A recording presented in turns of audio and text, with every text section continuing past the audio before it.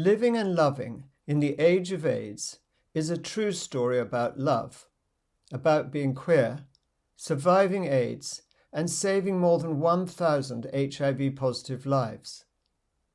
It's both an important historical record and a deeply personal memoir. A book which promotes love, encourages positivity in the face of adversity, and seeks to inspire others make better sense of the universal challenges which face us all. I'm Derek Frost, the author of Living and Loving in the Age of AIDS. Thank you for your interest in my book. It's much appreciated. What I first wrote of the memoir that has now become Living and Loving in the Age of AIDS was the history of the charity we founded in 2002 called AIDSARC. This is the video we prepared to present the work of the charity to potential donors.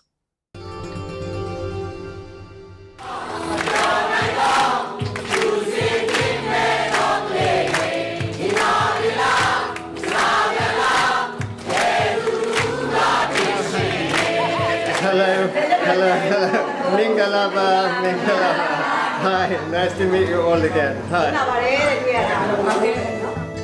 I'm Derek Frost, one of the two founder trustees of AIDSARC, a charity that funds antiretroviral drugs and medical care for people infected by HIV/AIDS and who can't access these.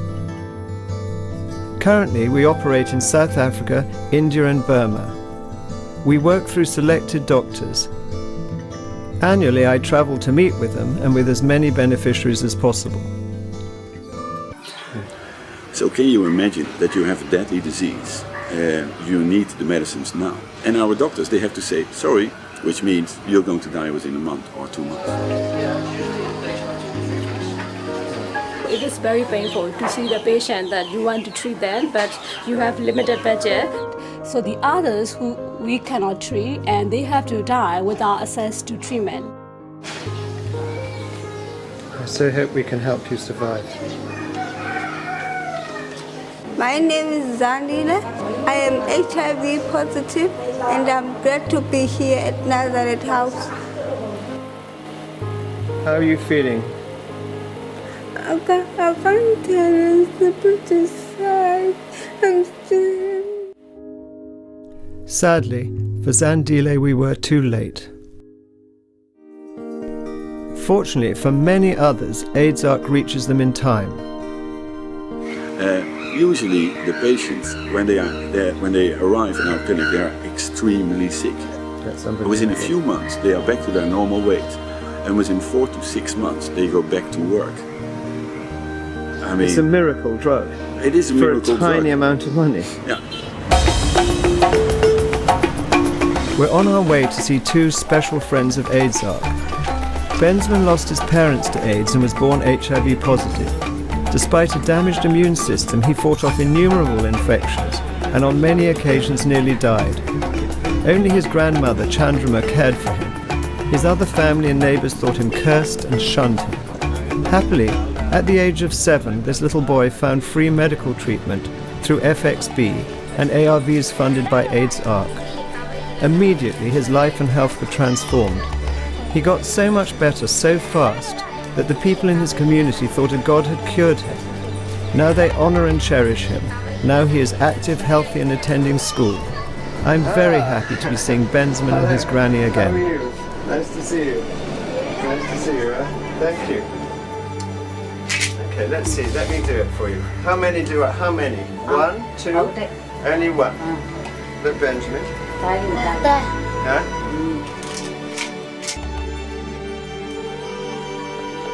Bye-bye, see you again soon. His current status is CD4 has gone up from 91 cells to 697 cells. Now he regained his health. There are no infections and they are very, very grateful to AIDSARC and FXB. AIDSARC has been supporting our HIV positive beneficiaries. Their lives have been saved.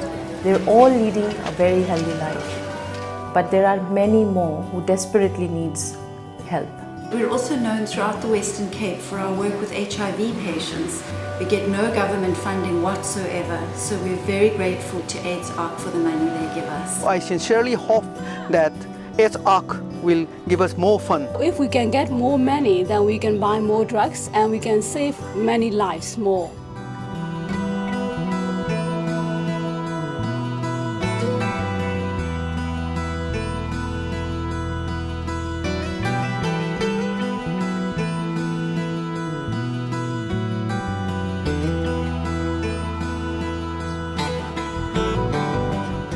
Thank you, AIDS ARC. You are my lifesaver of my family. Thank you, AIDS ARC.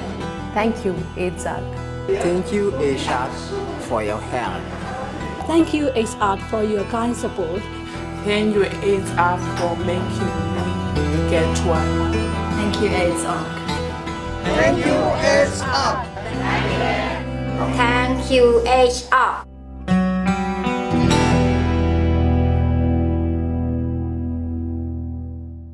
I showed what I had written to Duncan Baird, formerly MD of Mitchell Beazley Publishers and subsequently of Duncan Baird Publishers.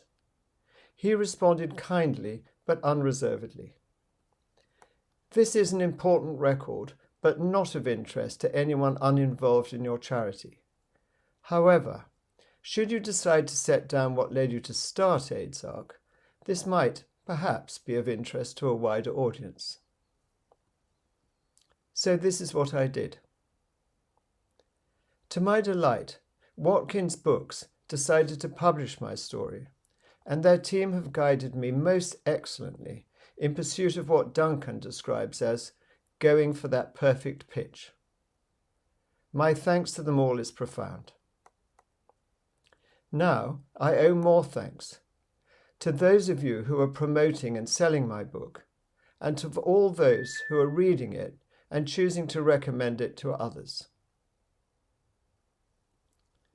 Having completed the writing and editing of my book, having no reputation as a writer, and knowing that promoting my book would be an essential prerequisite in pursuit of readers, I prepared a series of promotional videos. This is one of these videos.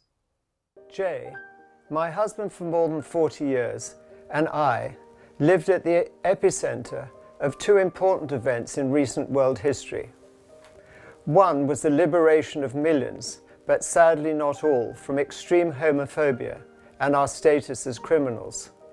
The second, tragically intertwined with the first, was first called the Gay Plague, and now AIDS. My name is Derek Frost. Thank you for your interest in my memoir. Both the Embassy Club, London's equivalent of New York Studio 54, and Heaven, described as Europe's largest gay club, were both our creations. Both made us leaders in the great celebration which followed gay liberation. Every night we danced. There was only joy. Tragedy, however, followed quickly in the heels of celebration, and AIDS was soon amongst us. As our young friends died, Jay became infected and fought for 6 long years to stay alive. Every detail of that harrowing time is recorded in diaries I kept then. So many young friends died.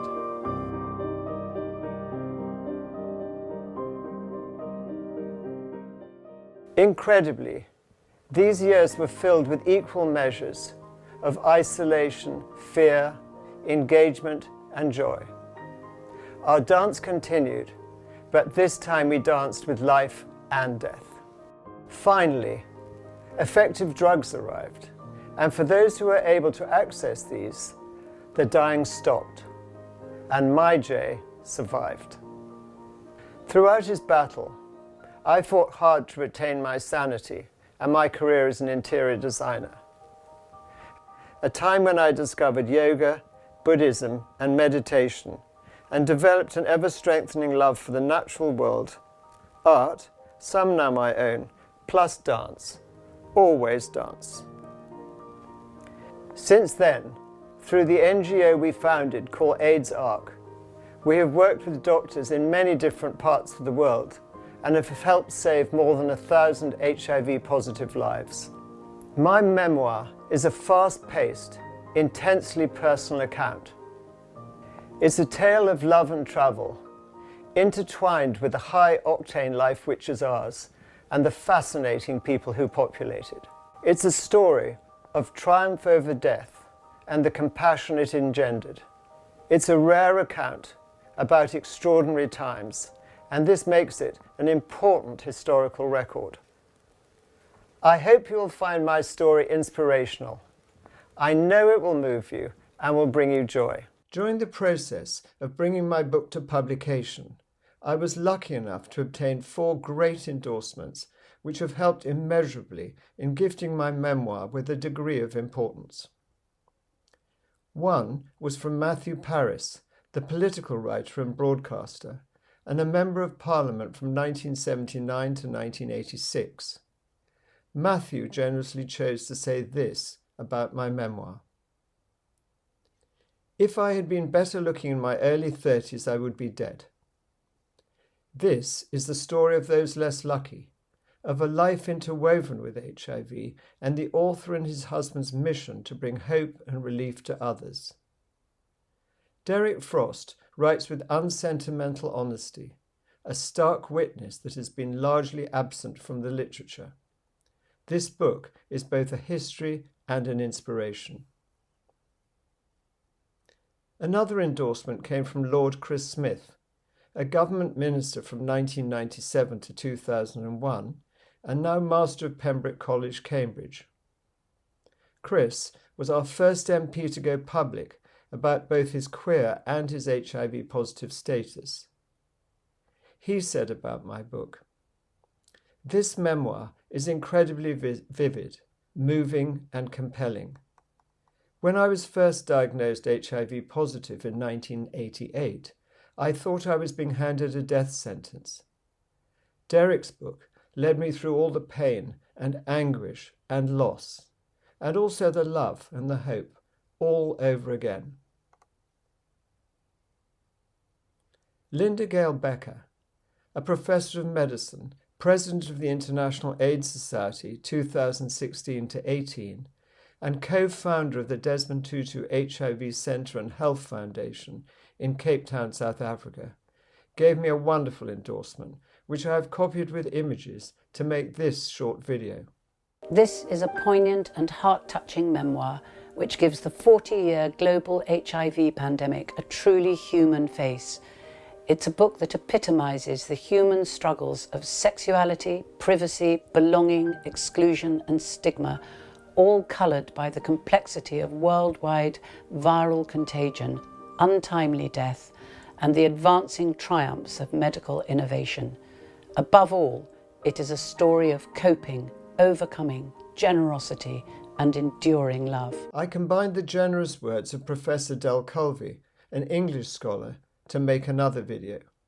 This is a powerful book, at once a love letter, a well-informed history of the AIDS epidemic, and the life story of a beautiful young man in London, moving happily through the early days of gay liberation into a time of widespread anguish and despair. The book's rhetorical beginning, "How did it feel then, my darling husband, my Jay?" takes us on a journey into the very heart of darkness, and then, as importantly, out of it and beyond. It moves into a new way of living and loving, including the founding and funding of AIDSARC, a charity furnishing essential medications to people living with HIV in some of the most disadvantaged parts of the world. More than 1,000 lives have been saved. To give you an idea of my writing style, I'd like to show you another of these videos. This uses a short extract from my book, again mixed with still images. Given my design background and my interest in the visual arts, you might be surprised to learn there are only 2 images in my book, both photo portraits of me together with my husband Jay. Otherwise, there are only words. One of these 2 photo portraits was taken shortly after Jay and I met in 1977, and the other was taken by the esteemed photographer Tom Bianchi when we last visited New York in 2019 to celebrate with millions of others, the 50th anniversary of the Stonewall Riot, the event which gave birth to the fight for queer liberation. This short extract from my memoir is about safe sex. As everyone now knows, safe sex means wearing a condom when having penetrative sex. Easy in the cold light of day, but harder to action when you're excited, hot, want to do a good job, in a rush, don't want to mess up or go soft, drunk, high, and having a lot of fun. Pulling on a condom is frankly a bit of a bore, and not something you really want to pause to do. We all try to make putting one on part of the fun, and we're all getting better at it. For many of us, it becomes a bit like wearing a seatbelt in the car. You just don't feel safe driving unless it's clunk, click every trip, as the advertisement used to go. Pull it on before you slip it in becomes our equivalent mantra. Shockingly, the US Federal Drug Administration do not allow manufacturers to publicly advertise condoms as a preventative against HIV/AIDS until 1987, by which time more than 25,000 Americans have already died from AIDS, and more than 1.5 million are HIV positive. On the day my memoir was published, I was lucky enough to secure an interview on Sky News. I apologise for the repeated information contained at the end of this interview. Well, Derek Frost joins us now. It's good to see you this morning. Look, It's a Sin brought back to a lot of people and showed an awful lot of people for the first time just what a horrific time actually the 80s were for so many people. Why did you want to put this down in a book? Yeah, I mean, to correct you in a way, the 90s were also a horrific time because effective medication didn't become available until 97. And so to answer your question, this is a very important piece of history. And we found ourselves right in the very middle of it. An important history because 35 odd million people have died of AIDS. And it's still a huge problem. In 2019, 600,000 or 700,000 people died of AIDS. So there's a lot of talk about the current pandemic, and some people are calling AIDS the forgotten pandemic.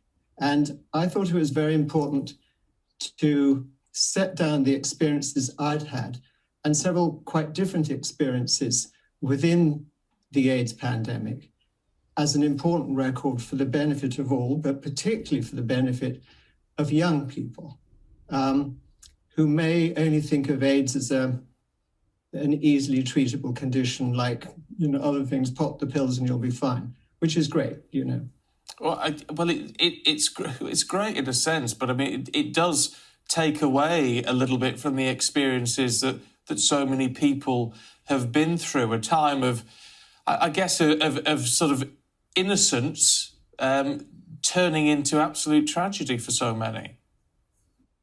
Yeah, I mean, it was the ultimate Greek tragedy, really, because, queer people were coming out of the illegality, homosexuality had been made legal. There was this huge sort of celebration that followed that.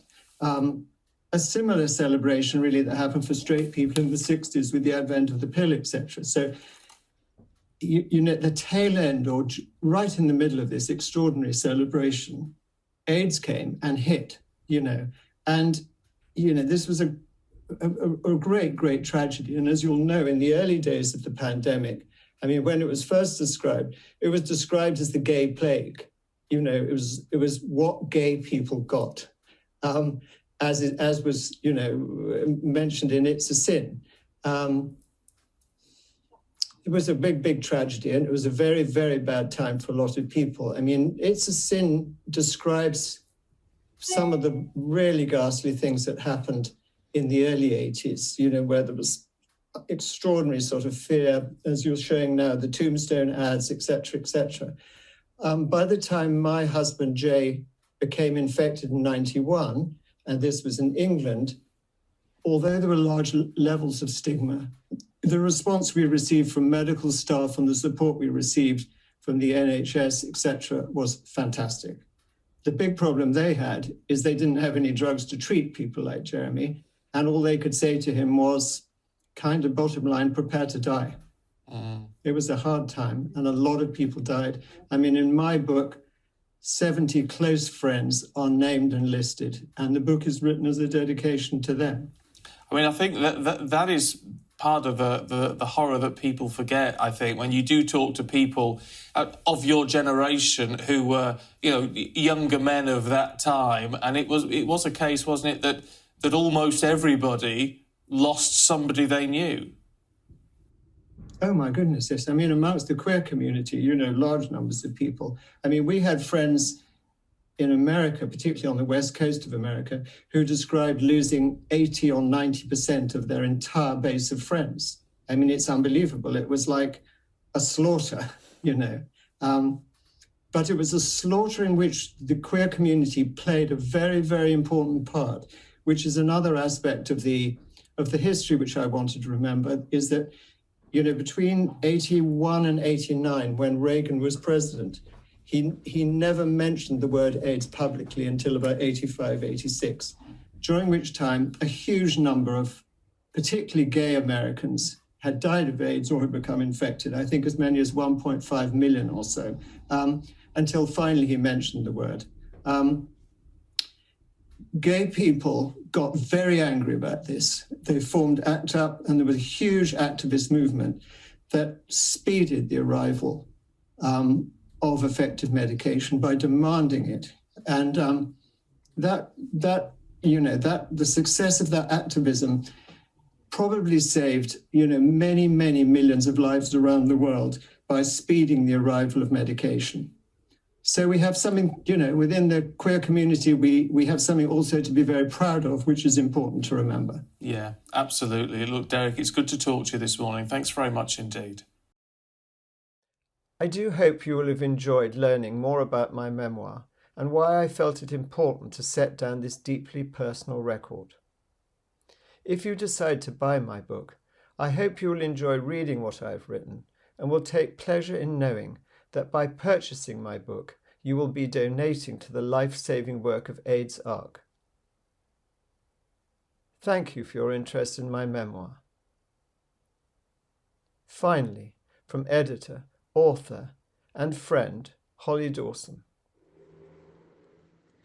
I couldn't let World AIDS Day 2020 pass without celebrating this book, Living and Loving in the Age of AIDS, by the beautiful and brilliant human that is Derek Frost.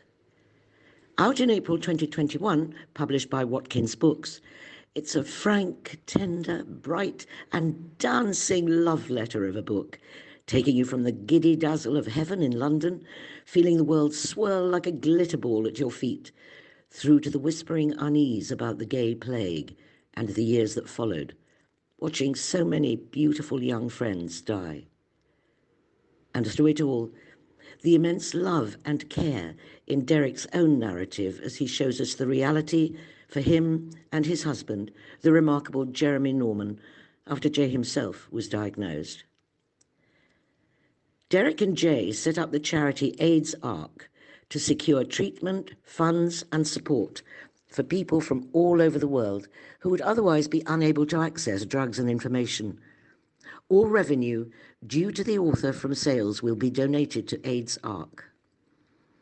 I've worked on a lot of books with a lot of people, mentoring, editing, and finding them an agent and publisher, and it never stops feeling like a delicate and magical privilege to be involved in whatever way in the midwifery of others' words. But sometimes a book really gets into your bones, changes you somehow, takes up space in your chambers. And this book is one of those books. I have friends in their 20s, and it's amazing to see how far both treatment and social attitudes to HIV have changed in the last 30 years, in some places and for some people. I think that's why Derek's book feels like it fills an important space to move us on from the horror to the adjustment, from the dying to the surviving and thriving, from the fears to the joys. It's about love, and goodness knows we all need that.